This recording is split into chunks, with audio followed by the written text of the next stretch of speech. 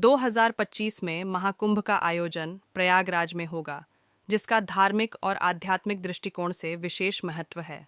प्रयागराज को इसलिए विशेष माना जाता है क्योंकि यहाँ गंगा, यमुना और अदृश्य सरस्वती नदियों का संगम होता है, जिसे त्रिवेणी संगम कहा जाता है। 2025 में महाकुंभ का आयोजन प्रयागराज में होगा, जिसका धार्मिक और आध्यात्मिक दृष्टिकोण से विशेष महत्व है।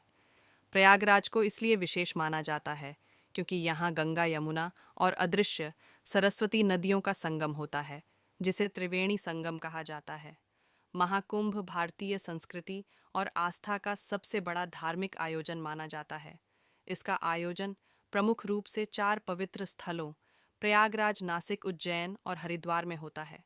इस महापर्व का साधु संतों और श्रद्धालुओं द्वारा बेसब्री से इंतजार किया जाता है। धार्मिक मान्यताओं के अनुसार महाकुंभ में गंगा, यमुना और सरस्वती के संगम में स्नान करने से व्यक्ति को अपने जीवन के पापों से मुक्ति मिलती है और मोक्ष की प्राप्ति होती है। इसके साथ ही यह आत्मा और शरीर की शुद्धि का भी मार्ग माना जाता है। इस संगम में स्नान करने का विशेष महत्व है और इसी कारण महाकुंभ का आयोजन यहाँ भव्य तरीके से किया जाता है। महाकुंभ के दौरान सबसे महत्वपूर्ण परंपराओं में से एक है शाही स्नान।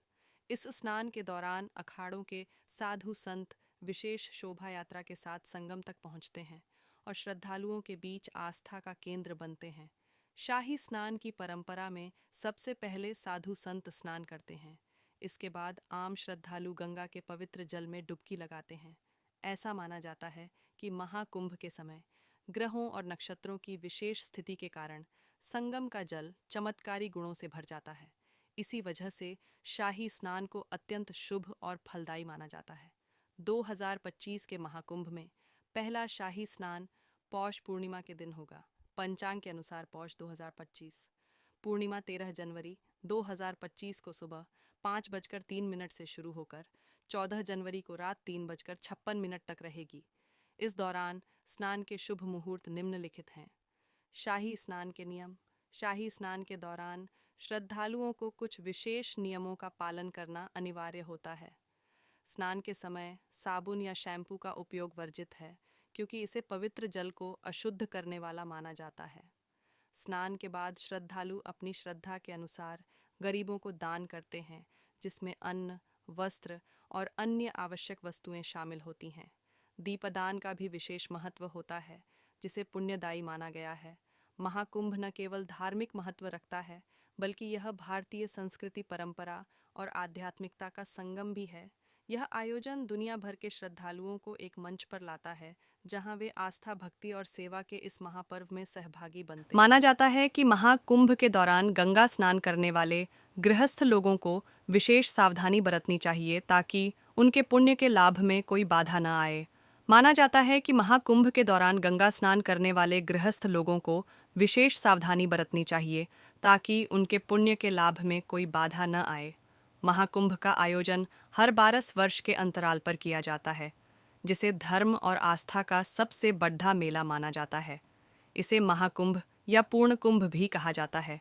विश्व प्रसिद्ध यह मेला करोड़ों श्रद्धालुओं, साधु संतों और गृहस्थ लोगों को अपनी ओर आकर्षित करता है।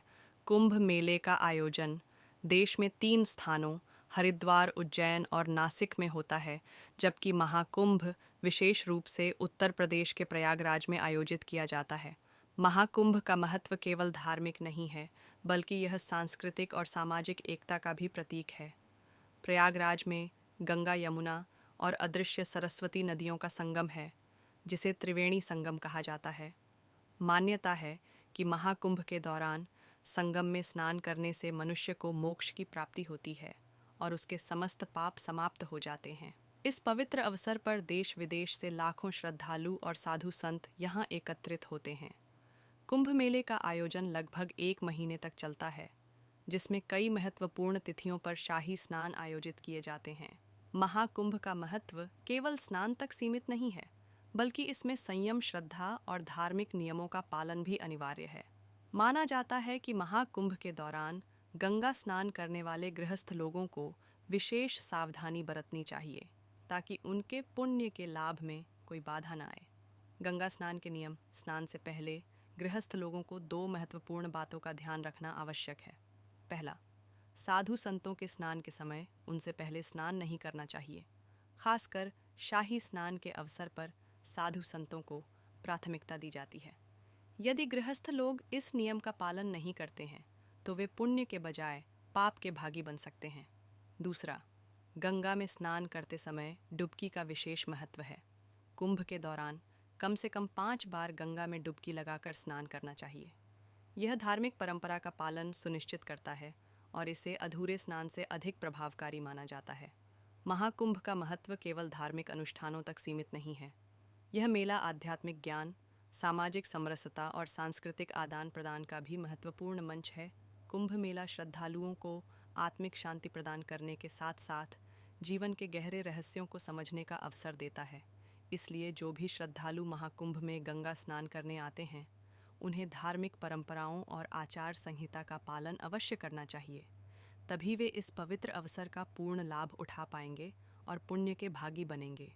धार्मिक मान्यताओं के अनुसार महाकुंभ में गंगा, यमुना और सरस्वती के संगम में स्नान करने से व्यक्ति को अपने जीवन के पापों से मुक्ति मिलती है और मोक्ष की प्राप्ति होती है। साधु संत अपनी कठोर साधना और तपस्या से गहरे आध्यात्मिक ज्ञान को प्राप्त करते हैं। कई साधनाएं तो ऐसी होती हैं जिनके बारे में जानकर व्यक्ति दंग रह जाता है। आज हम आपको एक ऐसी ही साधना के बारे में बताने जा रहे हैं जिसके बारे में शायद ही कभी आपने पहले सुना होगा। प्रत्येक सनातनी के लिए महाकुंभ मेले का खास महत्व है। लंबे साल के इंतजार के बाद जब महाकुंभ मेले का आयोजन किया जाता है, जो आमजन के अलावा देश के कोने कोने से साधु संत आते हैं, इस बार साल 2025 में संगम नगरी प्रयागराज में महाकुंभ मेला लगने जा रहे हैं, जिसमें शामिल होने के लिए दूर दूर से नागा साधु, महंत और श्रद्धालुगण आ रहे हैं। इसी कड़ी में महंत सोमेश्वर गिरी भी प्रयागराज पहुंच रहे हैं। इस समय महंत सोमेश्वर गिरी की चर्चा इसलिए हो रही है क्योंकि वो कोई आम साधना नहीं बल्कि बेहद कठिन ऊर्ध्वबाहु साधना कर रहे हैं। चलिए विस्तार से जानते हैं। ऊर्ध्वबाहु साधना क्या है, जिसके तहत साधक को अपना एक हाथ नीचे करने की अनुमति नहीं होती है। कौन है महंत सोमेश्वर गिरी महंत? सोमेश्वर गिरी की आध्यात्मिक यात्रा की शुरुआत बचपन से ही हो गई थी। उन्होंने बचपन में ही सांसारिक जीवन का त्याग करके बाल योगी बनने का संकल्प लिया था, जिसके बाद से उनका जीवन पूरी तरह से आध्यात्मिक मार्ग को समर्पित है, जो अन्य साधु संत के लिए प्रेरणा स्रोत है। मीडिया रिपोर्ट्स के मुताबिक महंत सोमेश्वर गिरी ने 20 साल की उम्र में ऊर्ध्वबाहु साधना को अपनाने का निर्णय लिया था।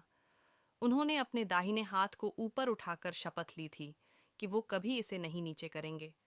आज से करीब 15 साल पहले उन्होंने ये शपथ ली थी, जिसका पालन वो जीवन भर करेंगे। बता दें कि अब महंत भारत के तमाम तीर्थ स्थलों और मंदिरों की यात्रा करते हैं। क्या है ऊर्ध्वबाहु साधना? ऊर्ध्वबाहु साधना बेहद कठिन है, जिसे हाथ उठाना के नाम से भी जाना जाता है। ये एक आध्यात्मिक और तपस्वी अभ्यास है जिसमें साधक जीवन भर अपना एक हाथ उठाने की शपथ लेता है। इस साधना से साधक खुद को मानसिक और आध्यात्मिक चुनौती देता है। इससे